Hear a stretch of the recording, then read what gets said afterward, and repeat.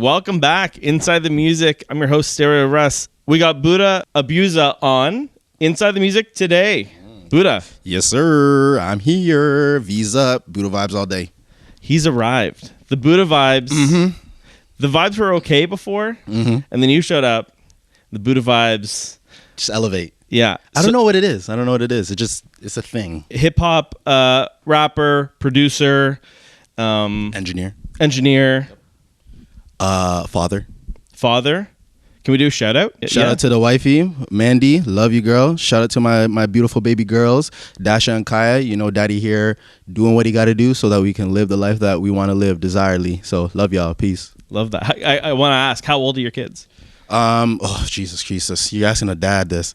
Give me a rough estimate here. Are they teenagers yet? Do they still talk to you? They're still here. They're still here with me. Yeah. No, my eldest, she's gonna be 10 in September, and my youngest, she's gonna be 6 in next month in June. Beautiful. Yeah. She's gonna be going to school, so that's gonna be nice to see her. That's exciting. Yeah, it's sad seeing them go to school, but it's exciting because it's a new chapter of life for them, and like seeing my eldest grow, it's like, oh, this is exciting, this is fun, but it's sad because you see old photos of them and you're like, you're so cute, I could fit you in my pocket, and I can't. Yeah. So it's just like it's a double-edged sword in a weird way, being a parent. Yeah, life in general, right? Like, think about like you as a musician, as an artist. Like, you probably would look back at old videos and old pictures of you when you were younger, and you're like, oh, I miss that old Buddah, right? Like, does that ever come to mind? Yeah, sometimes. Like, when I look back, I'm like, I just more so look at it like, this is interesting because it's part of the journey.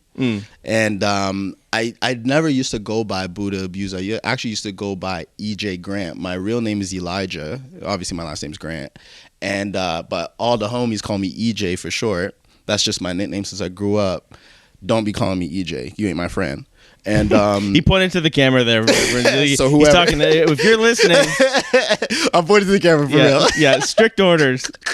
No, I'm playing, y'all. But no, I used to go by EJ Grant, and I didn't like people just knowing that. I had a decent buzz when I was like out in high school and stuff like that, and I just wasn't really happy with all that. So I had to change my alias because I just wasn't happy with it. So tell me then about Buddah Vibes, the whole thing. How did you land on that? And I have questions about the vibes, but I'll save that one. Yeah. So I'm glad that you asked, because so many people ask me about, hey, Buddah Abusah, or mainly Buddah Abusah, they'll ask about, and they think, oh, Buddah Abusah, because you're a stoner, right? And it's like, sure. Like, it's like whatever you want to roll with. But I was talking to one homegirl of mine, and she was like, no, you got to let people know exactly what it is, correct them. So this is where it starts. So Buddah Abusah, it's all about the mentality. It's the mentality of be, do, have. It's the mentality of growth, and it's the mentality of becoming. So obviously Buddah, people know about the story of Gautama, left the worldly life that he lived, and, went on and searches for his own self. And it's more so like that. It's searching for oneself. And you want whatever you want to become, whom you want to become, what you want to become, you got to really be that person. Be, do, have. Become the person, do the things that person would do, have the things. Be a little, do a little, have a little. Be a lot, do a lot, have a lot. That's just the way the universe that I've learned. Shout out Myron Golden. And I really believe that I was at a point in my life where it's like, things got to change. I had my daughter. I was like, I'm broke, still kind of am. And I'm like, things gotta just change. So Buddah Abusah came about for the mentality of things. And obviously the abuser part is just being very stern and abusive, quote unquote, to that mentality. Repetition, consistency, lifestyle. This is something that has to be so that I can do and then have the desired life that I want. And that can go for anybody. Yeah, I love that. And you got to think Buddah Vibes. So that kind of like manifests all of these thoughts, collectively, right? Yeah. Buddah Vibes is like the umbrella kind of thing. Buddah Vibes it's like I kind of wanted it to be as like just for production at the beginning, but then just the vibe of it, just how even when I'm performing or just talking about it and I just say Buddah Vibes, like it just catches. Yeah. It just catches Buddah Vibes. Like it's just easy to roll off the tongue kind of thing. So was that like premeditated, like I'm gonna do Buddah Vibes, or did it come out one day and you were like, oh yeah, I like that? Me as your typical hippie and stoner, I was thinking of just ideas as usual. Yeah. And I already had Buddah Abusah at the time. And Buddah Vibes, honestly, now that I think about it, I don't even know how that even came about. It was just part of. It just ended up becoming part of, like you're saying. And I just really stuck with it because I really liked it, obviously. It was easy to roll off the tongue. I was listening to a Biggie song, I think it's called A Story to Tell, and then he said a line where, yo, the mad Buddah Abuser. And I was like, oh my God. Everything's heightened when you're stoned, you know? So I'm like, oh Lord. That's the best. I hope this sounds good to me when I'm not stoned. Yeah, exactly. That's what I was thinking. I had to listen back the next day. Yeah, you're like, make sure actually check out. Yeah. I had to make sure I wasn't tripping, you know? And when I heard that, I was like, oh, this is stamped. This is stamped. I'm gonna stick with this. I like it. And this is the vibe I want to go with. But yeah, that's a part of the creative process, man. So like myself, guitar player and all that kind of stuff. And the amount of different ideas I've come up with are like countless. But the ones that I've stuck to are small. But like you kind of have to have that radar out at all times. Absolutely. So that like when it does come your way, you've found it and like you can capture it. Exactly. That's what you want. You want to make sure that it's 100% for your heart and soul. Feeling and emotion is the most important thing, right? So what you feel, what your emotion is, that's the vibration, and that's what everything around us, the universe, God, whatever people want to call it, higher entity, that's what it's going to respond to. So once the feeling is there and that feeling feels good, you don't let go of that feeling. You hold that, and you hold it dearly, as if it's like literally as if it's your life, because you don't know where that's going to take you. Right? You don't know where it's going to go. You don't know how high it will elevate you. And even if you feel like you went through whatever you went through and it didn't get you where you were thinking that it was going to take you, you still gained a lot of knowledge, learning skills, whatever it may be, from that you might end up using later in the future, right? Like how, for a good example, my daughter goes to a French immersion school. When I'm in elementary school and they're teaching us French, I don't care about French. Yeah, you know what I mean? Like I'm not interested in it. Grade 9 hits, as soon as I can get out of that, you know those. And now it's yeah, I know the story. You know what it is. Yeah. Everybody knows what it is. You get the hell out of there. I don't want to learn French. Yeah. Look at me now, a decade later, and I'm like, damn. Oh, all of us. We're all kicking ourselves. Exactly, right? So it's just little things like that I realize and I learn in life, and I just don't take it for granted no more. It's kind of like being aware, like having your awareness up at all times. And I think it's hard when we're so busy. We're hustling. We're trying to make money. We've got families. So like, how do you, and this is coming from someone who wants to have a family one day but doesn't currently. My biggest fear when I start to have kids is that like I'm going to lose that energy, that drive to continue being creative. So like my question to you as a father is how do you balance that? Well, from what you said, it only will happen to you if you believe it will happen to you. How I balance that is exactly what I said. I don't believe that's going to happen to me. I believe I can balance it. Point blank, period. I know I can do what I want to do, and I know that I can be a loving father, and I know that I can take care of my kids, and my kids are going to love me, and I can spend the time that I want to spend with. Like for me, I know for a lot of people it's hard too, but I personally would rather go through the struggle and hustle so that I can spend time with my family and have the freedom than go to do a 9 to 5, not knocking anybody that works. Like I've worked as well too. But anybody that goes through the 9 to 5, I just don't do that. I just can't do that no more. I've done it and I'm always miserable and sad. You know what I mean? So I would rather just be like, okay, let me just go and struggle however I need to struggle and get myself out of that than just depend on someone and that I'm secure. But when I have to depend on somebody, I'm not as creative because 8 to 10 hours of my day is not towards creativity anymore. It's towards somebody else. Yeah, I have this feeling of like anything you do in life, you're giving a piece of yourself to that thing. And, you know, whether it's like a 9 to 5, like a 35 hours a week or 40 hours a week, you're giving so much of your soul to something else. Daily. Like, right. that's, I like, And it compounds. Yeah, it compounds. exactly. And that's what drains people out, I feel like. And that's one thing for me that I was like, I can't have this be a part of my life or define my life anymore.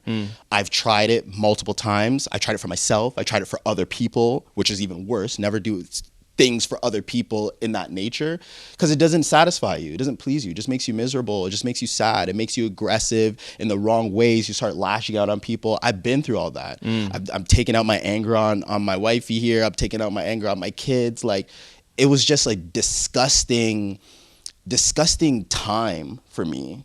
And I had to figure out, like, look, I believe in God. I pray. So I had to pray, and I had to ask for like understanding and how to take the right steps and where I need to go, like what my purpose is. Because my purpose is not working for somebody else. My purpose is to service somebody else, give service to somebody else. And that's what I believe, and that's what I do now.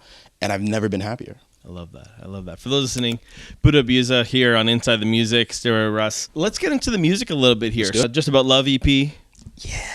Yeah, I love that shit. Tell us about it. Sorry, I get a little giddy. I love that. Just About Love EP.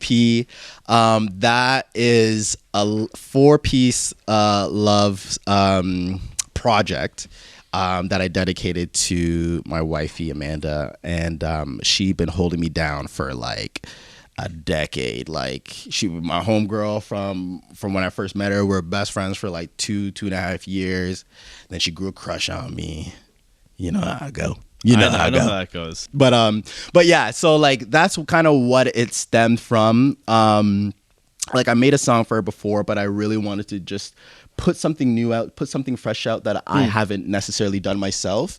And a lot of my songs, when I put them out, it's more like it's like uplifting. It's a bounce to it. It's like what's going on in life and how to tackle it. It's a little aggressive in a sense, but in a positive note. But this here was something that I was happy to do to actually express my love for something, my love for someone, which I don't usually do in my music. Usually I'm talking about life, turmoil and stuff like that. Okay, you know? Your normal stuff is like struggles and kind of more on like a therapeutic kind of. You got it. Yeah. You got it. But this one, you took a turn. I took a big turn, and I said, "I love you, girl." Like, it was like it was one of those. It was one of those, and so I produced it. The beats that were produced, I produced them long ago. This was like probably 2 years ago, but I produced that, and I had 2 homies of mine that co-produced it. They go by Up and Away, so shout out to y'all.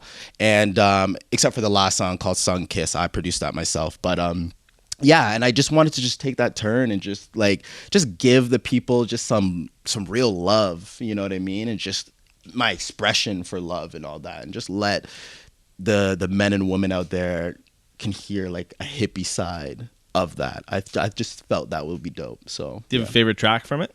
I love them all. I knew you were going to say that. Yeah, I know. Anyway. See, that's why I hate when them questions come up. Okay, you know what?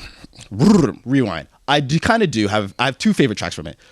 The first track, Big Butterfly, and the last track, Sun Kiss.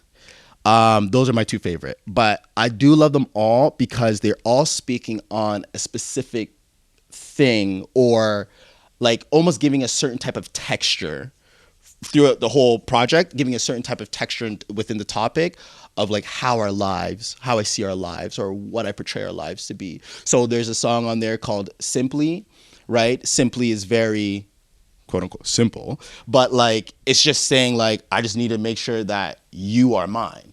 I just need to simply know that you're mine. And then there's another song, oh my gosh, I'm drawing a blank on my own thing. I can look it up for you. Damn it, man, I don't remember. But the woman of my dreams, in my movie scene. Yes. I don't know why I'm drawing a blank on that. Put me on the spot, there, Russ. I'm sorry. But if you don't mind, find it for me. Yeah, I'll grab it. But that Stay song, tuned, everybody. Yes. I'll say it once it comes up.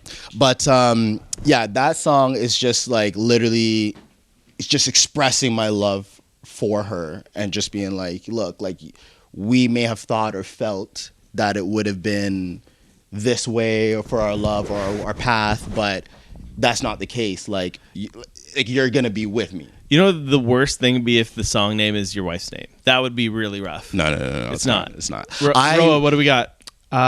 Our lives. Our lives. Thank you. Yes. Yeah. So there you go. Our lives. Perfect. There you go, gang. There you go. Thankfully, not Amanda. Yeah, you know. Oh my Amanda, God. I love you so much. I'll never forget your name. Yeah. That was the worst. Breakup. So, but no. The Our next interview lives. will be a little sadder. That's Yeah. But no, our lives. That's another one where it's just like that's what I'm expressing on. I really wanted to talk about like how I foresee our lives in the future from now at this very point in our future on what I'm bringing to the table, what you're going to bring to the table, like what we will bring to the table for our kids. Like it has to give that type of texture. And that's what the whole Just About Love EP is about. Let's talk about production here for a second. Yes. Because myself, guitar player, musician, interviewer, but also producer. I do producing, but I don't produce in the hip hop space. I want to know, when you're writing a song, do you start with the beat? Do you start with the lyrics? What's your process when you're creating your own song? So I usually start with the sound. Like when I'm producing, the music talks to me. It's almost like how some people see colors when they're like producing or whatever. I don't necessarily see colors, but like it's like a feeling kind of thing, which I'm sure you understand. And that's what I like to start with. So the beat is going to say something to me, or the production is going to say something to me that's going to make me react to it. So when I was making like the Just About Love EP, or I might be jumping ahead, sorry, or when I made the Nostalgia EP with Mills Grills, that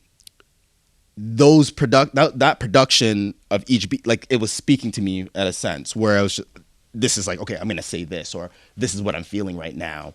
And this is fitting for this type of tempo, sound, the aggressiveness or the softness of the beat, even how the kicks hit, like every single thing, the snares, like every single thing for me talks to me for me to be like, okay, this is where we're going. You might say you don't have an answer to this, but I'm curious. What's more important, the kick sound or the snare sound? Kick.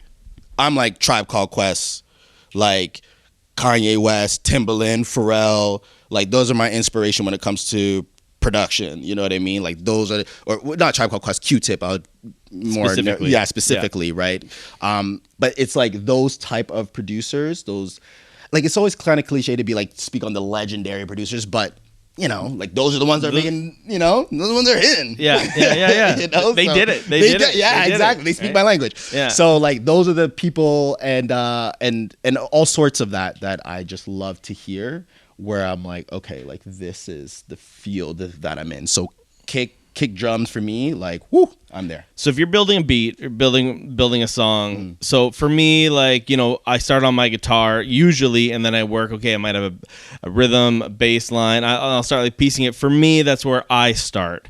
So where do you start? Do you start with the rhythm first? I know you said sound, but like when you actually start building it, like what's your process?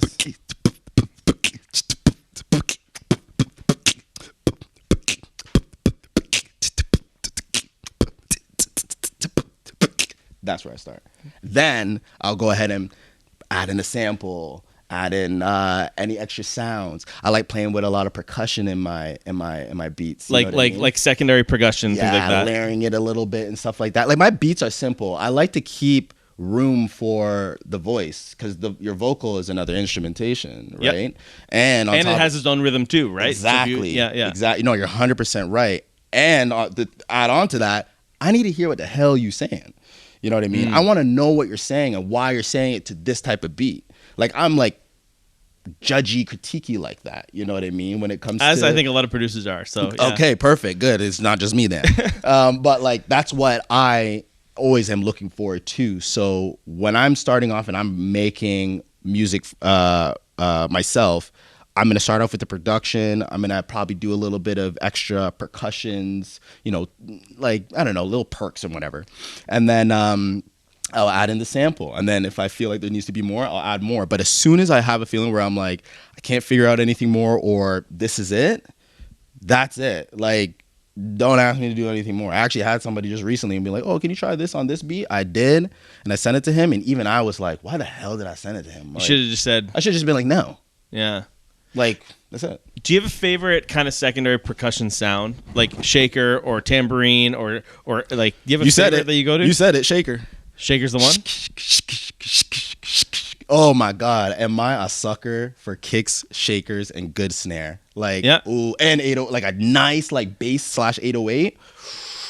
Oh, I'm swimming in the waters. I think it's Beat It, and it's the shaker that makes the song because it's just a gung ta, but yeah. What you're actually grooving to is a shaker. The percussions like help carry the tempo and the vibe of the song. 100%. You know what I mean? That like your snare can always be there. Snare, I just look, but if you have a shaker, it's almost like a metronome.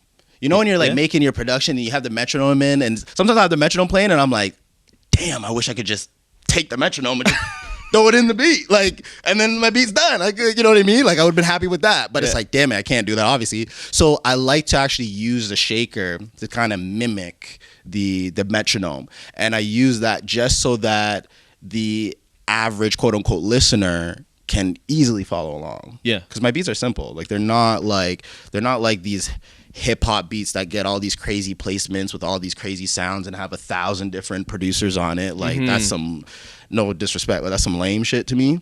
I don't care if there's a few other people, but like if there's like 10 of them, like, holy, come on. Like, not everybody needs to add one sound. Yeah, it's kind of like if you're in a kitchen and you've got like 10 people making one soup. You're like, that soup gonna taste like shit. It might not taste cohesive. That pasta not gonna hit. Not gonna hit. Nope. That chicken dry. I'm telling you right now, like it's just not gonna rock when you have two, because it's like too many brains on one thing can really like alter it in a wrong way. Too many cooks in the kitchen may not be good. Right. But collaboration can be critical in the right space. Collaboration, extremely important. It's the number one thing. Like, it's almost like what I always tell people, conversation is the greatest thing in the universe. Having conversation, be able to conversate. That's why it's good to read and grow your vocabulary instead of being a dumb motherfucker. Sorry if I'm swearing, but I gotta say you can swear on the show. Good. Don't be a dumb motherfucker.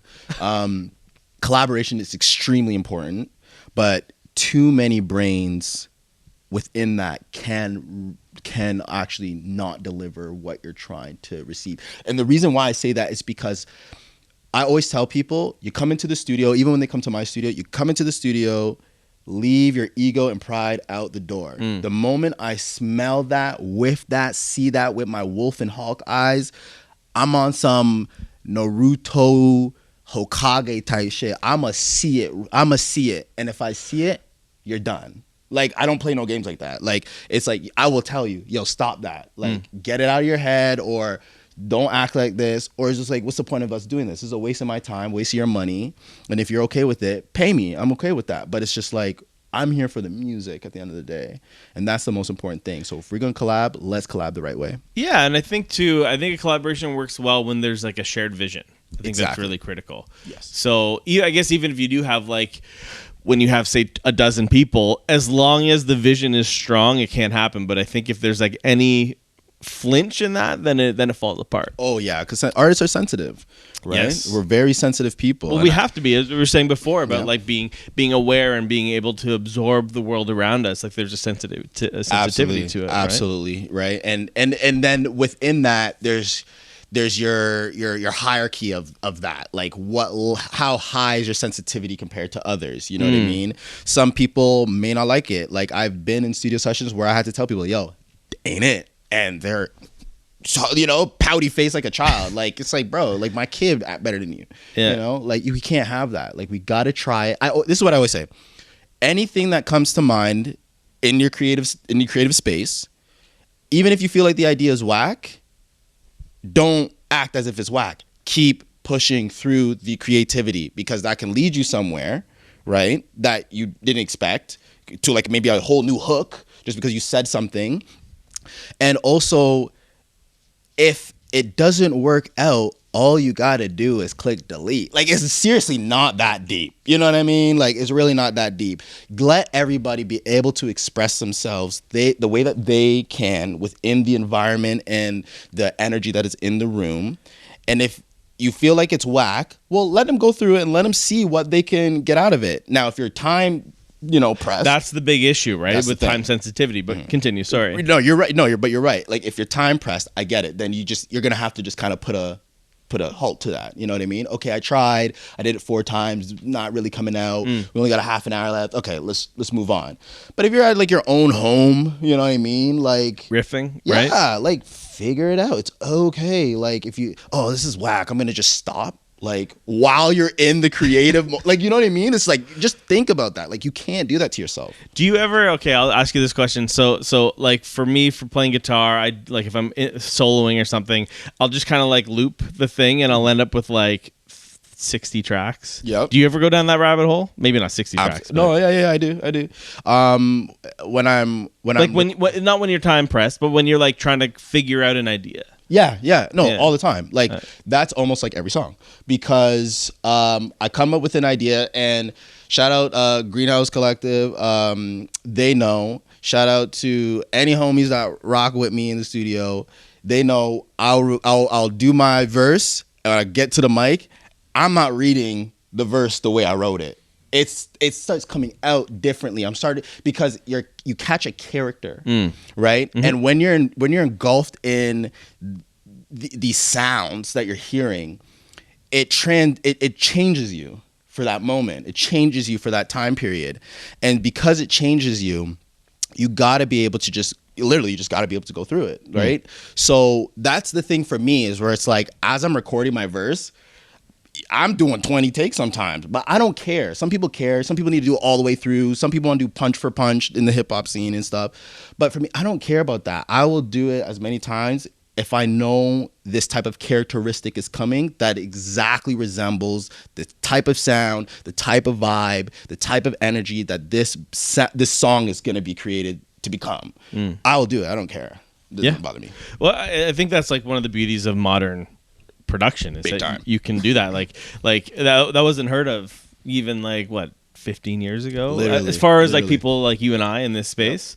Yep. So like I'm all for it as long as like again it's a part of the creative process. Like you're going to be doing that anyways, like rehearsing when you're driving to your friend's house, when you're in the shower, like you're going to be going over and over, so you may as well do it in front of a microphone and exactly and see just what as happens. long as it makes sense, as long as it sonically makes sense, you're not in the wrong, you're not doing anything wrong, you're not creating in a wrong way. Like there's no wrong to creation. It just is. Yeah, it just sure. is. So find your own path and find your path and just go through it. Like, is it really not that deep? I just feel like some people take it a little bit deeper than it needs to be. And it's like, yo, the hole doesn't need to be 6 feet. We ain't dead. Like, like chill. Like you're digging yourself in a hole at a point where it's like you start losing yourself, and then it's not fun anymore. Buddah Abusah, by the way, here on Inside the Music. 2 things. Number 1, I just want to say thank you for coming on. This has been a real treat so far. Thank you for having me. I'm so happy to have this conversation with you. And I just wanted to give you a chance to kind of promote kind of like where people can find you, all that good stuff.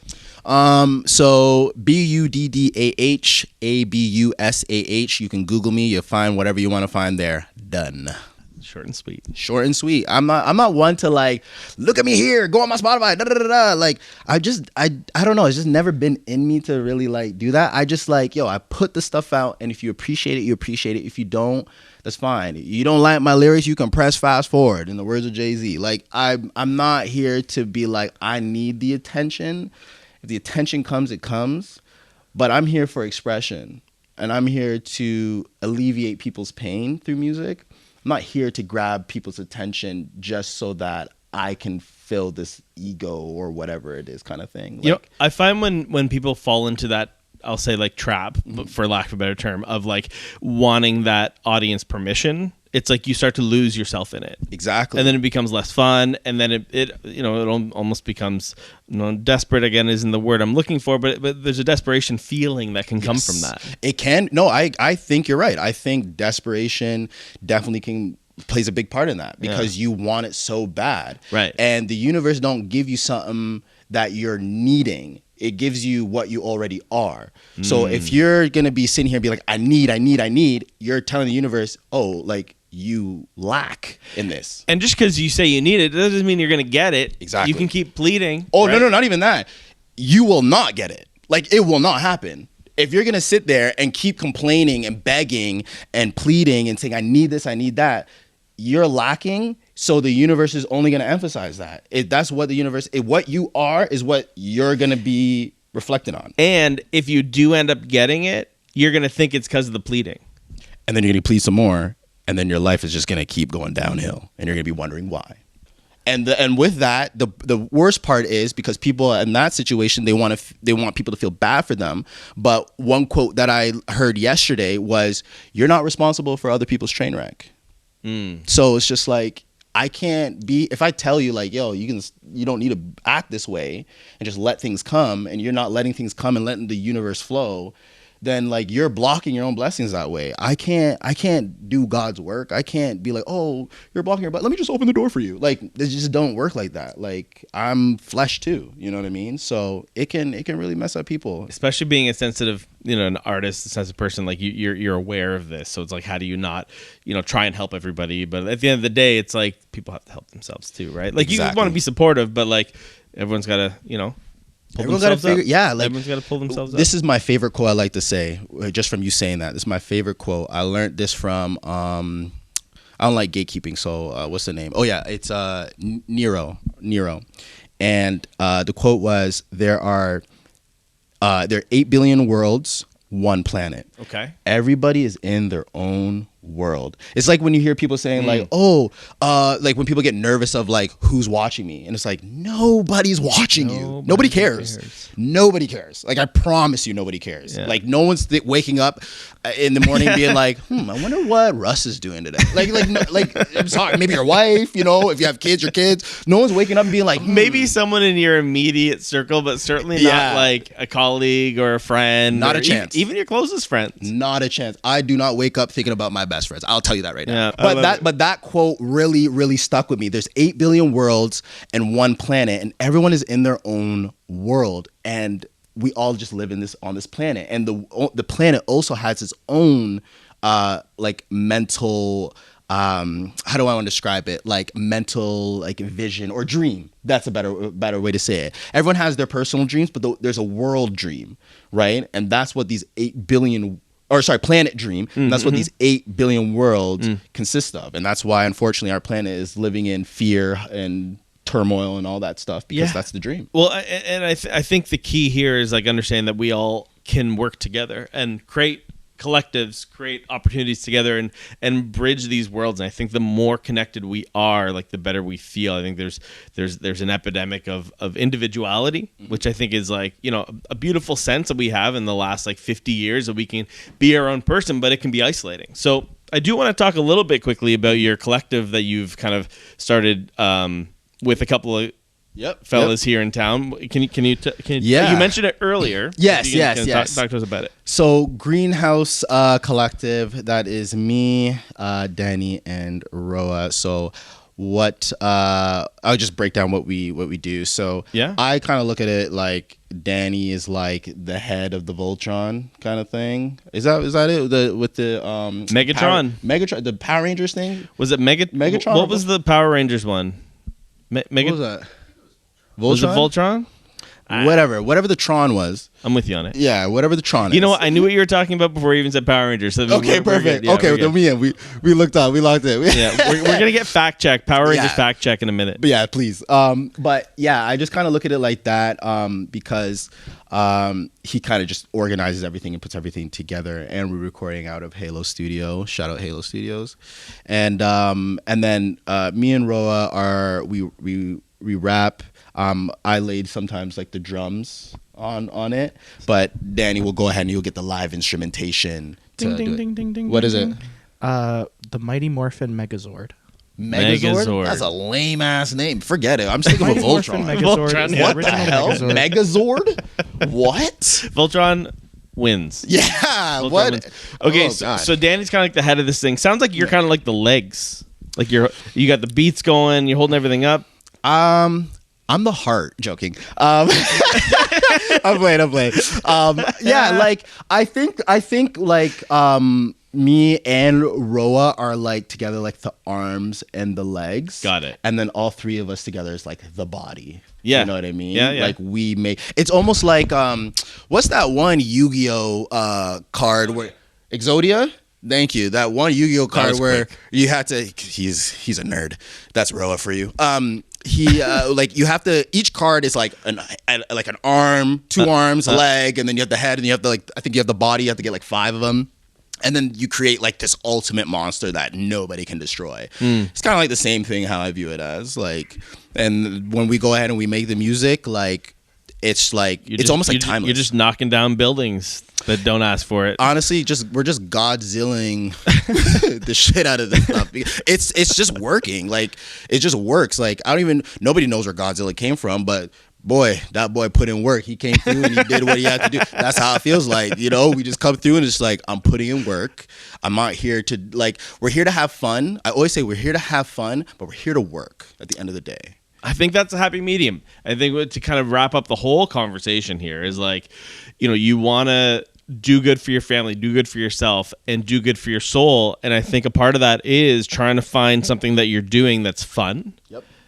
And is, putting your best foot forward and hard work as well. Yeah, that's exactly it. So I don't want to take the last thing, so I want you to... No, you're 100% right within that. And love and anything that your heart and soul appreciates and desires is it for you. It doesn't matter what it is, okay? Like anything that you desire, if you see me if you're hearing me right now and you see me on the camera, anything that your heart and soul desires, your heart has a higher vibration, like energy vibration than your brain. When you're born, the first organ that is created is your heart. So it's the number one thing that runs your emotions. So anything emotionally, if you're hearing me, that is perfectly striking for you and it makes you happy. Let's just throw it in. It makes you some money. It pleases maybe family around you in the most positive way, friends around you in the most positive way. But at the end of the day, if it sits right with you, no evil shit, obviously, that is for you. That is your thing. That is your lane. And you can have multiple of those because we're human and we're made in the image of God. And God is forever and it's omnipotent. So because of that, and we're made in that image, we have that parcel of power, per se, in each and every one of us here, right? I'm great at something, you're great at something, but I'm not great at what you're at, you're not great at what I'm at. And that's okay. I'm here for you just like you're here for me, but we still can do our own thing separately and still have a surviving life, a fulfilling life, and a desired lifestyle that we would want. But we have to realize what's in our heart, and then we have to project that with our mind. We have to envision it. We have to see it. Like I said, be, do, have. We have to be the person to get those things, right? And if we don't do that or feel that, but we're diving into something, we're losing at life. And that is hell on earth. Everyone, if you heard that, listen back, rewind that. That was gold. Buddah Abusah, thank you so much for coming on. Thank you, Russ. I appreciate it. That was great, man. That was great. Thank you so much. Thank you, y'all. Peace.